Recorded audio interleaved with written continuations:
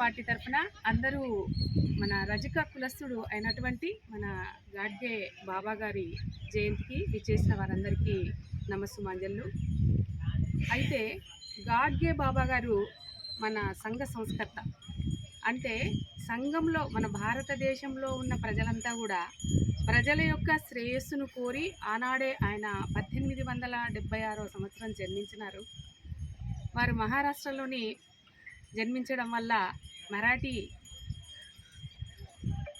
భాషలో వాళ్ళు జన్మించడం వల్ల వారి పేరు యాక్చువల్గా డేబుజీ జింగ్రాజ్ జానోర్కర్ అసలు పేరు అతనిది. అయితే అతను ఎప్పుడు ఒక కుండ ఒక చీపురు పట్టుకొని ఊరంతా ఊరు తిరుగుతూ ఉండేవారు.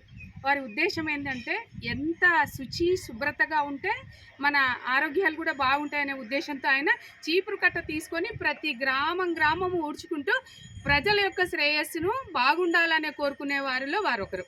అలాగే ఎంత నీట్గా ఉండాలి, అలాగే అందరికీ విద్య ఉండాలి, అలాగే అందరికీ ఆరోగ్యం ఉండాలి.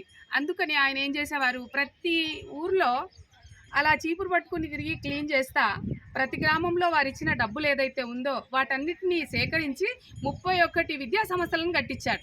అంటే చెప్పండి, ఏమి లేకపోయినా సరే, తిండి లేకపోయినా సరే, తల్లె లేకపోయినా సరే, తల్లెని కూడా అమ్మేసి మీరు మీ పిల్లల్ని చదివించుకోండి అనే సిద్ధాంతంతో చదువు ముఖ్యము అని. అతనికి చదువు లేకపోయినా కూడా ప్రజలంతా కూడా చదివి విద్యావంతులయ్యి చాలా జ్ఞానం సంపాదించుకొని మన భారతదేశంలో డెవలప్ అవ్వాలనే దానిలో అతను మొదటి వ్యక్తి. అట్లాగే స్వచ్ఛ భారత్ గురించి కూడా మొట్టమొదటి చెప్పినటువంటి వారు గాడ్గే బాబా గారు. అతనికి గాడ్గే అని పేరు ఎందుకు వచ్చిందంటే, ఆ భోజనం చేయడానికి ఒక కుండ తీసుకునేవారు కదా, ఒక కుండ ఒక చాట ఎప్పుడు ఉంటుంది, పొరక ఎప్పుడు అతని చేతిలో ఉంది అన్నాను కదా, ఆ కుండ ఏదైతే ఉందో దాన్ని మరాఠీలో గాడ్గే అంటారు. కాబట్టి ఆయనకి గాడ్గే బాబా అని బిరుదు వచ్చింది. ఆయన యాక్చువల్ పేరు అది కాదు కదా. అట్లాగే ఆయన ఆరోగ్యం బాగుండాలని చెప్పి ఎన్నో హాస్పిటల్స్ కట్టించాడు.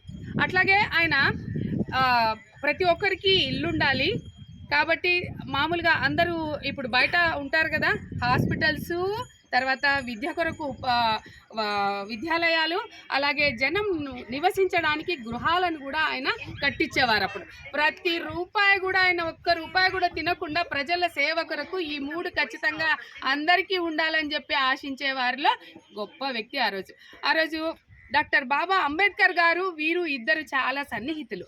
అతను మనం సమాజంలో మనమంతా కూడా ఒకటే.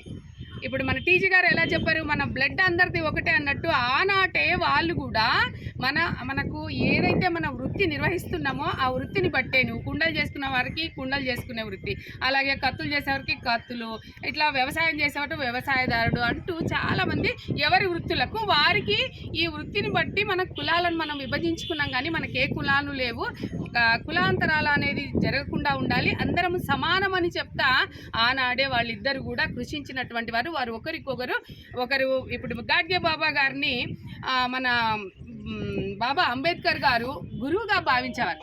ఇలా చెప్పుకుంటూ పోతే వాళ్ళది చాలా కొల్లలు ఉన్నాయి. ఒకరోజు అతను బాబాకి గురువు మా ఊరికి వచ్చినాడు, బాబా గాడ్గే గారు వచ్చినారు, వారికి పూజ చేసి వారి ఆశీర్వాదాలు పొందుదామని చెప్పి ప్రజలంతా వచ్చి నీళ్ళు తీసుకొని వచ్చి కాలు కడుగుతామంటే, వద్దు, నా కాలు కడగొద్దండి, మీరు నా కాలు కాదు కడగాల్సింది, గ్రామంలో ఉన్నటువంటి చెత్త మొత్తం తీసేస్తే నాకు కాలు కడిగి మీరు సేవ చేసినంత అని చెప్పాడు. ఇలాంటి విషయాలు కూడా ఎన్నో ఉన్నాయి. గుడిలో పోతాము,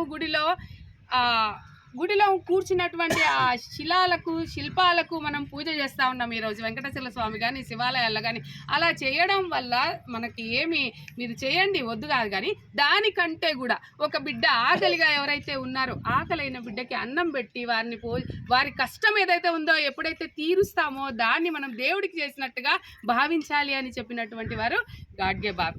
ఇలా ప్రతి ఒక్కరి ఆకలి ఆశ, వాళ్ళకి ఖచ్చితంగా అన్నం ఉండాలి, వాళ్ళకి ఇల్లు ఉండాలి, వాళ్ళకి విద్య ఉండాలి, వాళ్ళు మూఢనమ్మకాలను నమ్మొద్దండి అని చెప్పిన వాళ్ళు. ఆనాడే అంత గొప్ప విషయాలు అతను దేశానికి పరిచయం చేసినటువంటి వారిలో గొప్ప వ్యక్తి మన గాడ్గే బాబా గారు. కాబట్టి వీరి యొక్క ఆచరణలు ఏవైతే ఉన్నాయో ఇవాళ మన మోడీ గారు ఆచరిస్తున్నారు. స్వచ్ఛ భారత్ అనేది తీసుకొచ్చిన వారు గాడ్గే బాబాజీ అయితే ఆచరణలో పెట్టిన వారు మన మోదీ గారు.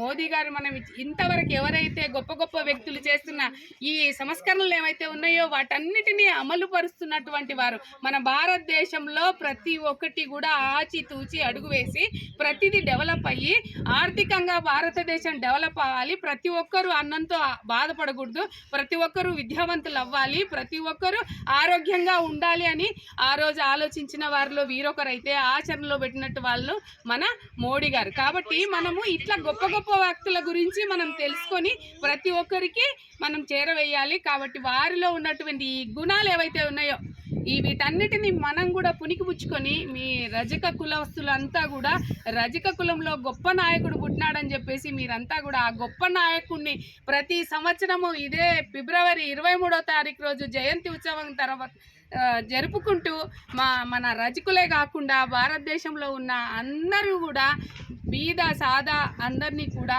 ఎత్తుకు ఎదిగేటట్టు ప్రయత్నం చేయడానికి మీ వంతు కృషి కూడా మీరు చేయండి.